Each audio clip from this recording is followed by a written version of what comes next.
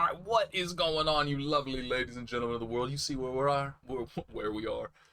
Melty Blood, having a blast. I am having a blast. It's been a really good time. It's, you know how I felt about recent fighting games, so it's an absolute joy to be playing a fighting game that I actually see potential in, that I'm actually having fun playing. Unfortunately, I do think I have once again picked the worst character in the game, but we can get into that later. Before we get started, Melty Blood, King of Fighters. Can we get a just in case, right? You don't want to release your game and have a bunch of issues plaguing your game that you got to scramble to bug fix day 1, day 2, day 3, etc., right? You wouldn't want that to happen. So of course you're going to do the smart thing and you're going to beta test your game so you can iron out all those problems prior to the official release, right? In case you're not aware, Melty Blood, it has issues. They are fixing them. They're hard at work fixing them, but they were all preventable issues if they just used the tools that were at their disposal, and they didn't do that. So, like, one of the problems so for instance, when I first tried to do this, right, I wanted to just do this. I wanted to sit in training mode waiting. It takes an obnoxious amount of time to matchmake if you're sitting in training mode. Like, you would think that nobody's playing this game if you, like, that there aren't that many people playing this game if you did training waiting, because it just takes forever to matchmake. And similarly, one of the things I don't want to use ranked, because ranked will actually, it puts me on the matchmaking list, and I don't want to waste anybody's time, because obviously I'm not going to play anybody, so just in case they try to match with me. But look how long it's taking to actually show the connections here. Like, that's a 3-bar connection. That's a really good connection. Why does it take so long to show me that that's a really good connection? That shouldn't happen. This should be much faster than it actually is. So that's another problem. One of the big problems, I have not dealt with it yet myself, because I haven't played any player matches yet. But so you have this, and I think a lot of people, when they saw this, thought that it would be similar to, BlazBlue, Guilty Gear. You can move around this lobby. You can actually interact with it. You can't do that. Everything in here is preset. And so one of the things that it is preset is this mandatory, there's only one cabinet set up. Only 2 people can be playing. So you saw, you can make a lobby of up to 8 people, but there's no option like in BlazBlue. You can make a player match room that's a free-for-all. So anybody can play anybody. As long as they're available and as long as they accept the match, anybody can play at that point in time. So you can have up to 4 sets running at the same time. This one, best you got is 2 people playing and 6 people spectating. There's no option for any kind of free-for-all, for having additional cabinets, nothing. So that is a very common criticism of the game so far, and I really hope that French Bread sees that and does something about it, because it would be very nice. Now, aside from all of that, the online itself feels great. I mean, so you can see 36 matches played. Out of all of those, 2, maybe 3 had bad connections. Everything else was smooth. Everything else felt great. I took a 1-bar connection that felt fine. I've taken 3-bar connections that felt great. So the online itself does seem to be functioning very well. I have not checked this yet. I'm gonna do that. By the time I post this, tomorrow will be Monday, and that's what I'm gonna look to do. I also want to scope out the Warcade vs Coma videos that I watched, the official videos. Now that I know more about the game, and now that I know more about Coma, since my first impression of those matches was like, yo, this Coma player doesn't look very good. It doesn't seem like they actually know. They don't know how to play this character as well as all the previous players for all the other character showcases. They just don't look as good. And so I want to revisit those and see what my opinion is now that I know more about the character. Like, so for instance, one of my criticisms was, why does this person always just do 1 normal into air throw back down? Why don't they ever do any aerial juggles? Well, that's actually because Coma can't do aerial juggles. You're actually forced by the game to do that. So that explains some of that away. So now that I actually understand it more, I can revisit that and see if I can also revisit my opinion. But ultimately, it's really easy to explain my thoughts on this game in one very easy line. Yeah, that's great, but when's rollback for Under Night? It's impossible not to do a 1-for-1, a parallel comparison between this and Under Night, right? Like, obviously they're by the same studios.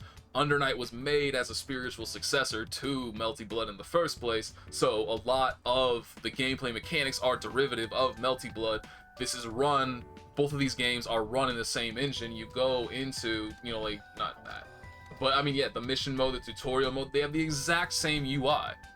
Everything is exactly the same between the two, and so it's impossible to not compare them. And for me at least, I find this game wanting in comparison to Under Night. This just makes me wish that Under Night didn't have such bad online, because I do think it is, from the top down, a better game. Now, to be fair as well to Melty Blood, I am comparing Uniclear, a game that has, what, 5-6 years of development time from Unil to get there, whereas this is this series version of Unil. And so, like, if I'm comparing it to Unil, as far as I'm aware, Unil didn't even have a tutorial mode. I don't remember how good the combos were in mission mode, but they probably weren't as good as they are now in Uniclear. Was there really anything else? Not really.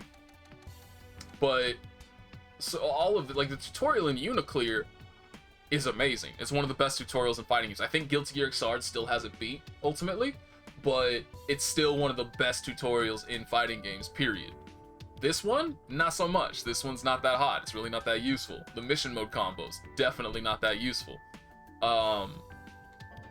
One thing that I think is just a completely, and like, this is just so, look at these, this is all you get. These are all the color palettes you get. It's so disappointing. The custom color system in this game is just garbage. So that's the biggest disappointment so far. But anyway, so it really is just ultimately kind of like me comparing this to Under Night and really just being like, okay, so when's rollback for Under Night? I love this game. I'm gonna enjoy playing this game. But if Under Night was popping off, had the same netcode as this game, I would be playing Under Night. I just have to be honest about that. That's just how it is. But that's not the case, and so I'm gonna enjoy the hell out of Melty Blood while I can. And there's actually quite a few people. Like, what is it up to now? I noticed earlier there were over 7,000 people playing, still pretty much the same. Actually, this hasn't changed at all. I wonder if that's... Well, I think it only updates hourly. So that would make sense that it's still got the same. But so it has 7126 current players listed, which is fucking phenomenal. That's really good. That's really good. So hopefully, you know, this is, you know, we're looking up with fighting games. We're starting to get a larger population. We're starting to get far better online play. It's really good. But at the same time, just because I like this game doesn't mean I can let it get away with all the things that I've criticized other games, right? That's one of the things that I hate the most, is when you see somebody that criticizes other games for something, and then a game comes out that they like that has the same issues, and they run in circles trying to justify it. They try to defend it. Like, no, it's not okay. And so one of the things, this game's single player content really isn't good. It's not good. It's very basic. It's very underwhelming. Like, so you see this, right? Story. Can we stop calling this story mode? This is arcade mode. It is arcade mode. That's it. This is arcade mode. Call it arcade mode. But still, the story in this game, if you have not experienced the visual novel, the story in this game is garbage. I'll just say it straight up. The story in this game is worthless because it requires a bunch of previous knowledge about the lore, about the series. This is not self-contained. It isn't something that you can get a full picture and a full amount of enjoyment from unless you have experienced the visual novel, which, by the way, has not been localized. So it's the story mode for this game just sucks. And then you also have this, which is a good idea in theory, but it's not good. Like, the AI needs to be disgustingly stronger than what it is. This is somewhat similar to unlimited characters, nowhere near as strong as unlimited versions of characters are, but still it is in principle a similar mechanic. Characters get, some of their special moves get stronger, get different properties. Some of their moon moves get different properties. I don't know if there's any change to like their meter gain, to their moon drive gain, all that kind of stuff. I have no idea about that. I haven't paid close enough attention. But they are, all the characters you fight in this are stronger versions of themselves. But the AI is horrible. You can easily beat this. I shouldn't say easily, but you can definitely beat this without any so if you do the story version of the game, you are stuck with one specific character you can't pick, and then free battle you can pick. But either way, you can beat it with by just frame trapping the AI and hit confirming into auto combos the entire way through. That's what I did. And yeah, so it could be a lot better. It could be a lot harder, and it's not. So that's kind of ultimately the thing, is that like I feel like my impression overall so far about this game has been, oh, is that it? I finished mission mode combos. Oh, is that it? I finished the tutorial. Oh, is that it? I looked at the color palette. Oh, is that it? Story mode. Oh, is that it? Like, that's been kind of my overall feeling of the game, is like, okay, this is nice, but where's the actual effort? Where's the real quality that shows me you really care about this game and you want it to be the best version of a fighting game? And it just doesn't have that. And I gotta be honest about that. Fighting games are notorious for having garbage, underwhelming single-player content. And this game's no better. This game is no better. But it could be, right? You have so much lore to choose from. You have a ton of characters to pick from. You have so much source material to work with, and you just don't use any of it. That sucks. So, yeah. Could and should be significantly better on the single player content. The online, the problem, they have shown that they are going to, give me a second. They've shown that they're working on the problems. They are aware of them. They're identifying them, and they are patching them. So that's good, and hopefully they, continue to improve the matchmaking over time, because that's my only problem with the game so far, is that the matchmaking is pretty whatever. But aside from that, like I said, the netcode's great. And that's really all that you need, ultimately, at the end of the day. But so, yeah. I mean, it's just, it kind of sucks to say, like, alright, yeah, this game came out, but it's really basic, and hopefully they'll fix it in future versions that we're gonna have to pay for. But it is what it is, right? Just, you have to be aware of that going into it, and just accept that.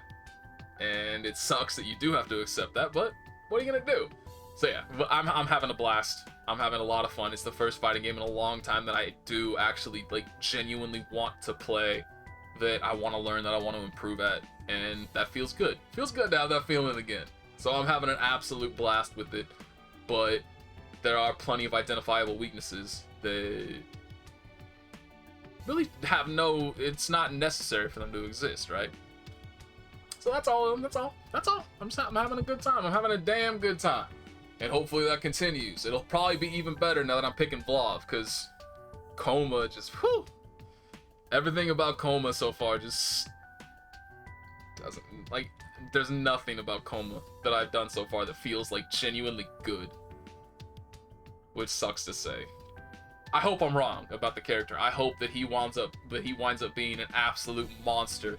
That he winds up being SSS plus tier, and you all can come back to this video and be like, look at this fucking idiot that said Coma was the worst character in the game. I hope I'm wrong, but I just really, because I've done everybody's, the mission mode in this game is pretty bad, right? You can see over at on the right side, clear rate 100%, total clear rate 100%. The mission modes in this game are pretty bad. But from doing this and from messing around, also playing, because I've beaten everybody's story as well. You have to beat everybody's story in order to unlock boss rush in the first place. So I've done that. I've beaten everybody's story. And so through that time, through playing those characters, I just do not see anybody out of this list of characters that's worse than Coma. Maybe I'm wrong. I hope I'm wrong. I hope Coma, like I said, I hope he winds up being a beast. And I'm too bad at fighting games to recognize what makes him a beast. But I don't see it. But yeah, that's that. Those are the early impressions, man. We're having a good time, and I hope that I get to continue having a good time, and I hope you're having a good time too. So for now, that's that for me. I'll catch you all next time. Peace.